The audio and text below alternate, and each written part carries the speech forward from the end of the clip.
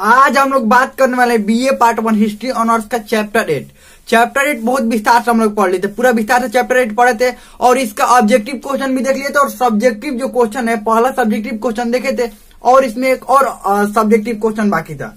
अगर इससे पहले वाला सब्जेक्टिव क्वेश्चन आपने नहीं देखा है या चैप्टर 8 तक क्लासेस आपने नहीं देखा है तो लिंक डिस्क्रिप्शन में होगा, प्लेलिस्ट का, वहां से देख सकते हैं या प्लेलिस्ट में भी जाकर देख सकते हैं। पूरा डिटेल में हम चैप्टर 8 तक पढ़ाए हैं, उसका मॉडल सेट भी दिए हैं, ऑब्जेक्टिव सब्जेक्टिव सब क्वेश्चन करवाए हैं। इसका भी जैसे ये सब्जेक्टिव क्वेश्चन, ये अंतिम सब्जेक्टिव क्वेश्चन है, ये यानी कि लॉन्ग क्वेश्चन, ये खत्म होगा। इसके बाद हम मॉडल सेट देंगे। मॉडल सेट कहाँ देते हैं, ये इसी वीडियो के नीचे टेलीग्राम ग्रुप का लिंक होगा, वहां पर ज्वाइन कर लीजिए और वहीं पर हम मॉडल सेट भेजते हैं जो कि बिल्कुल फ्री रहता है और आपको आंसर लिखकर उसी ग्रुप में भेजना होता है और उसके बाद हम चेक करके बताते हैं कि सही लिखे हैं गलत लिखे हैं। इसके कारण आपको क्या होगा कि परीक्षा में लिखने की प्रैक्टिस बन जाती है। उससे पहले ही आपको प्रैक्टिस हो जाती है कि कैसे कैसे क्वेश्चन आते हैं, कैसे एग्जाम में लिखा जाता है, तो पूरा विस्तार से आप लिख पाते हैं। तो चलिए हम लोग शुरू करते हैं।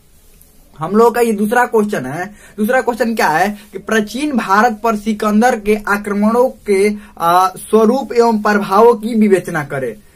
स्वरूप एवं प्रभाव की क्या करें, विवेचना करें। ध्यान रखिएगा क्वेश्चन, ये सबसे मोस्ट इंपॉर्टेंट क्वेश्चन, ये कई बार पूछा जा चुका है। सिकंदर के आक्रमण के जो स्वरूप और प्रभाव के बारे में कई बार पूछा जा चुका है, तो इसको आप अंत तक देखते रहिएगा। अंत तक पूरा हम याद करवा देंगे। याद कैसे, ये रट कर याद नहीं करना, इतना बात ध्यान रखिएगा।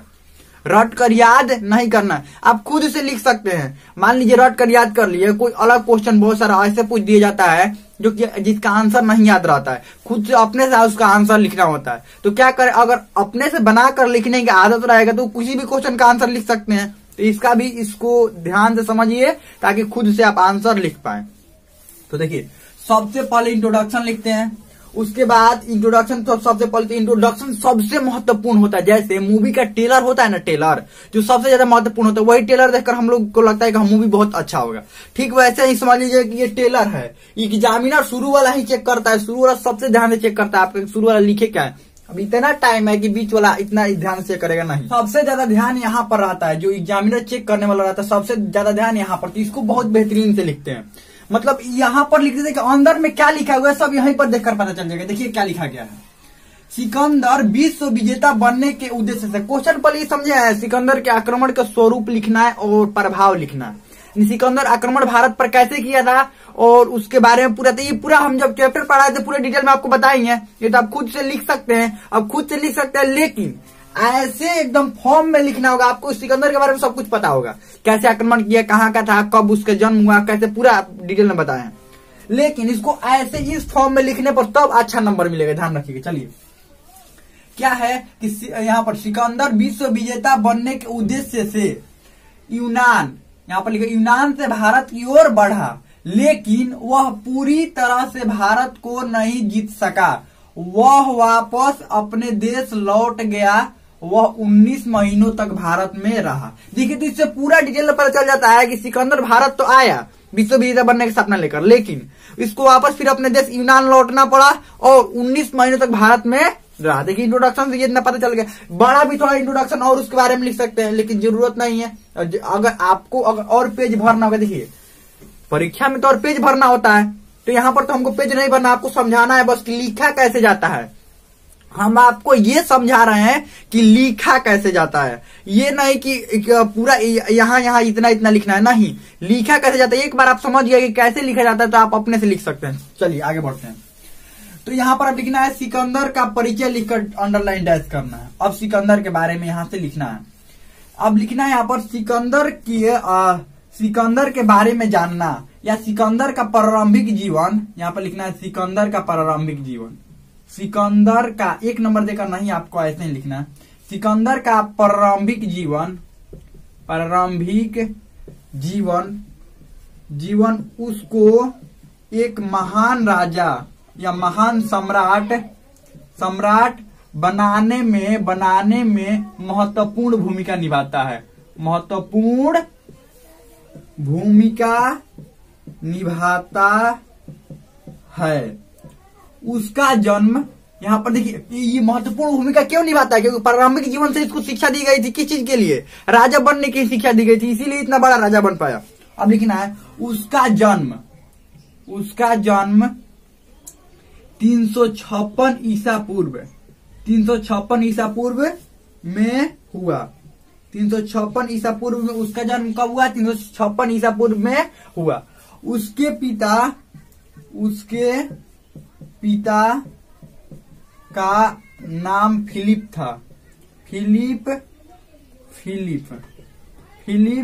था, जो राजा थे और उन्होंने शुरुआत से ही सिकंदर को राजा बनने की प्रशिक्षण दिया। राजा बनने का प्रशिक्षण, यहाँ पर क्या लिखना है? राजा बनने का प्रशिक्षण। देखिए प्रशिक्षण बहुत सारे आप लोग शब्द गलत कर देते। राजा बनने का प्रशिक्षण, ध्यान रखिएगा, प्रशिक्षण ऐसे लिखा जाएगा। प्रशिक्षण यानी कि ट्रेनिंग होता है। प्रशिक्षण दिया और उसको प्रारंभ से ही राजा बनने का प्रशिक्षण दिया गया। उसके सबसे महत्वपूर्ण गुरु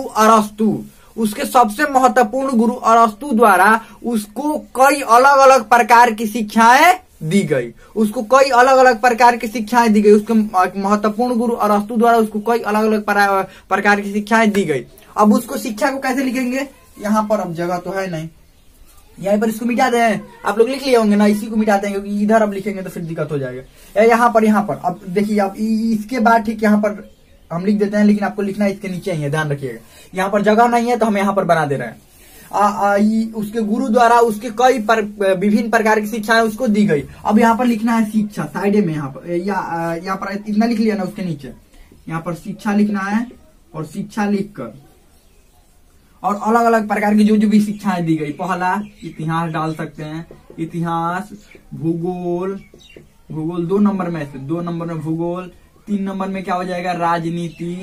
राजनीति और 4 नंबर में हो जाएगा दर्शन और हाँ, राजनीति दर्शन, हाँ, इतना का ही शिक्षा दिया गया था।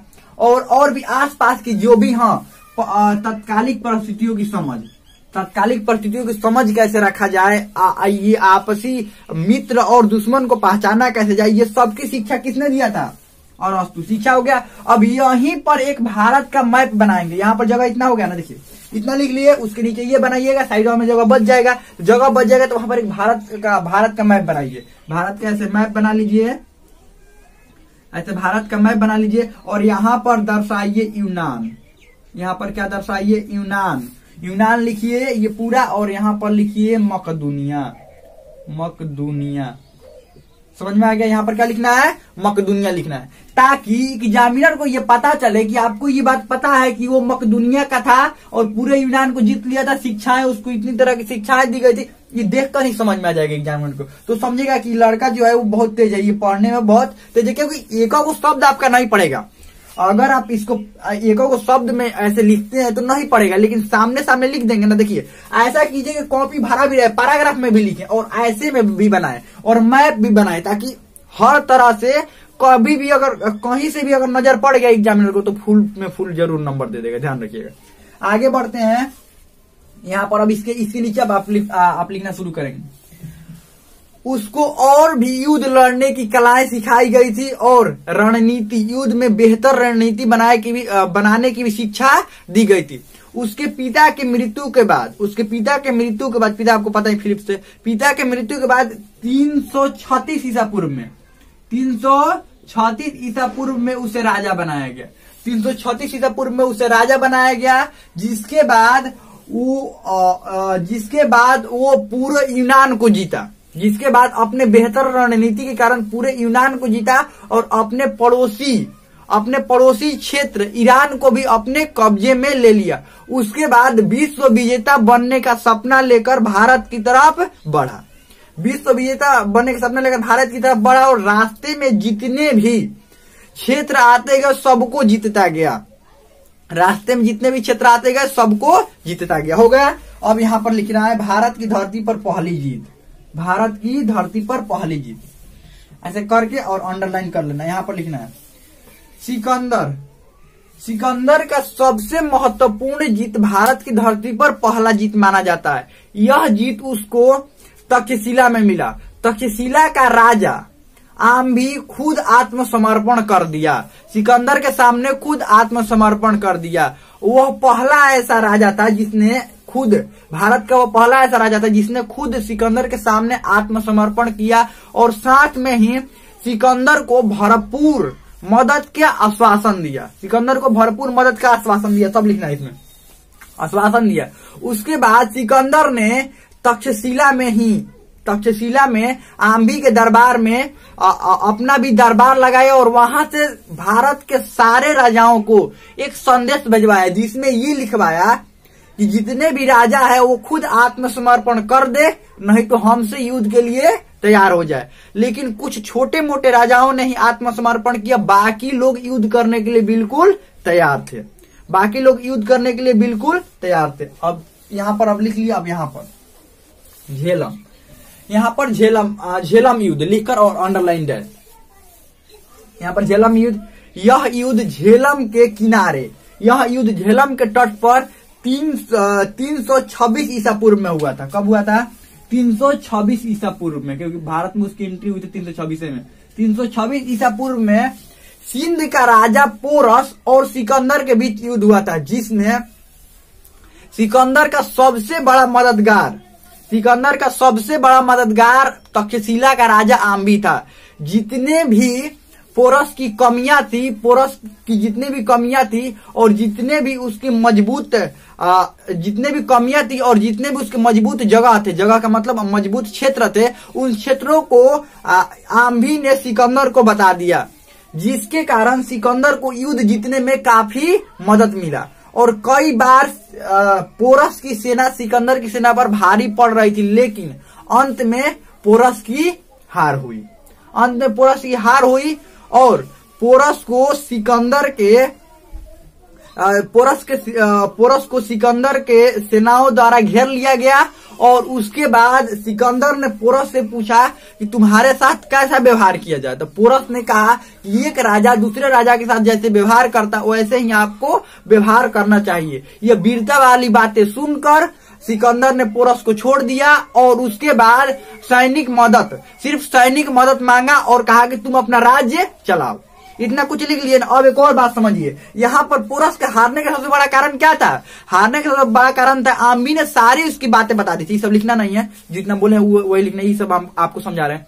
आम्बी ने सारी उसकी बातें बता दी थी। क्या बता दिया था कि कहाँ कमजोर है, क्या है। देखिए एक बात समझिए, पड़ोसी से बड़ा दोस्त और पड़ोसी से बड़ा दुश्मन कोई नहीं होता है। अगर पड़ोसी दोस्त बन जाए तो इतना गहरा दोस्ती होगा, इतना गहरा कोई हद ही नहीं होता है। और पड़ोसी अगर दुश्मन बन जाए तो इतना जबरदस्त दुश्मनी होता है, इतना जबरदस्त कि उसका कोई हद ही नहीं है। तो यही होता है, पड़ोसी से बचकर रहना होता है। दोस्ती जब पड़ोसी से होगा पूरा गहरा होगा और दुश्मनी होगा तो पूरा गहरा वाला होगा। अब दूर जो लोग रहेंगे उनसे दोस्ती होगा तो कभी कभी मुलाकात होगा, या दुश्मनी होगा तो कभी कभी मुलाकात होगा। लेकिन नजदीक में रहेंगे तो हर रोज मुलाकात हो रहा है। दोस्त हो तो और गहरा हो जाएगा और दुश्मनी हो तो और गहरा हो जाएगी। तो चलिए आगे बढ़ते हैं। यहाँ पर हो गया हाँ, सिकंदर का वापस लौटने का कारण। और एक बात यहाँ पर, इसके बाद चाणक्य वाला कहानी भी लिख सकते हैं।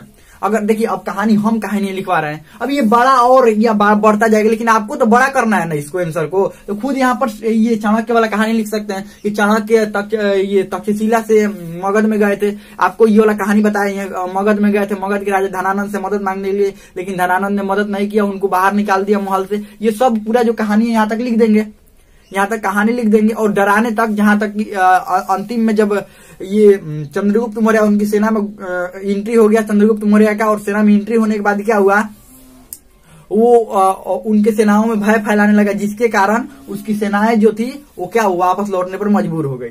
तो यहाँ पर लिखना है सिकंदर को वापस लौटने का कारण, यहाँ पर लिखना है। अब यहाँ से लिखना शुरू करना है। सिकंदर के भारत से वापस लौटने का कई बड़ा कारण था।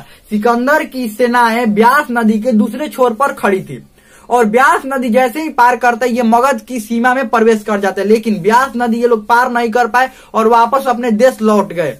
इसके कई कारण माने जाते हैं। तो अब कारण लिखकर, ऐसे कारण लिखकर, और उसके बाद सबसे पहला नंबर भय। क्या लिखना है? भय। उनको क्यों भय हो गया था? भय हुआ था, फिर बाढ़, फिर उनको रोग हो गया था, तीसरे नंबर में रोग, और चौथा नंबर में क्या था? पारिवारिक चिंता। इतना लिख दिए, कारण लिख दिए वापस लौटने के कारण। अब यहाँ पर प्रभाव लिखना है। यहाँ पर अब नीचे प्रभाव लिखकर अंडरलाइन करना है। तो क्या लिखना है कि सिकंदर के भारत पर आक्रमण करने के कई प्रभाव हुए, लेकिन ये ज्यादा दिन तक प्रभाव टिक नहीं पाए। सबसे जो पहला प्रभाव था वो प्रभाव ये था कि यूनानी और भारतीय संस्कृति का आदान प्रदान हुआ। दूसरा, नए व्यापारिक मार्गों का खोज हुआ। जो नए व्यापारिक मार्ग थे उनका खोज हुआ, अलग अलग व्यापारिक मार्गों से आए थे ना, तो व्यापार करने के लिए वो खोज हो गया कि हाँ ये मार्ग से आए थे। नए व्यापारिक मार्गों का खोज हुआ और उसके बाद मुद्राओं का आदान प्रदान हुआ। मुद्रा का भी आदान प्रदान हुआ, संस्कृति का भी आदान प्रदान हुआ। बस यही प्रभाव में यही होगा। अब अंतिम में निष्कर्ष में भी लिखना पड़ेगा, तो निष्कर्ष में क्या लिखेंगे, जितनी तेजी से सिकंदर की सेना भारत में एंट्री हुआ था, यानी कि भारत में प्रवेश हुआ, उतनी तेजी से ये लोग वापस लौट गए और भारत में उनको सफलता नहीं मिली, जिसके कारण सिकंदर का विश्व विजेता बनने का सपना अधूरा रह गया। और भारत से लौटने के दौरान बेबीलोन में 323 ईसा पूर्व में सिकंदर की मृत्यु हो गई। 323 ईसा। उसके बाद सिकंदर का सेना का कमान सिकंदर का सेना की जिम्मेवारी उसका सेनापति सेल्यूकस निकेटस ने संभाला। हमें लगता है बहुत अच्छा समझ में आ गया होगा। ये खत्म हो गया, ये पूरा खत्म हो गया और इसमें का सब्जेक्टिव क्वेश्चन पूरी तरह से कंप्लीट हो गया। ये चैप्टर कंप्लीट हो गया। अब इसका हम मॉडल सेट देंगे। मॉडल सेट कहाँ देंगे? टेलीग्राम ग्रुप में, जिसका लिंक है इसी वीडियो के नीचे डिस्क्रिप्शन में दिया हुआ है। आप टेलीग्राम ग्रुप ज्वाइन कर सकते हो, वहां पर आंसर लिखकर भेज सकते हैं। हमें लगता है समझ में आ गया होगा। इसमें कोई भी डाउट हो, कोई भी क्वेश्चन हो तो आप कमेंट में पूछ सकते हैं। हमें लगता है समझ में आ गया होगा।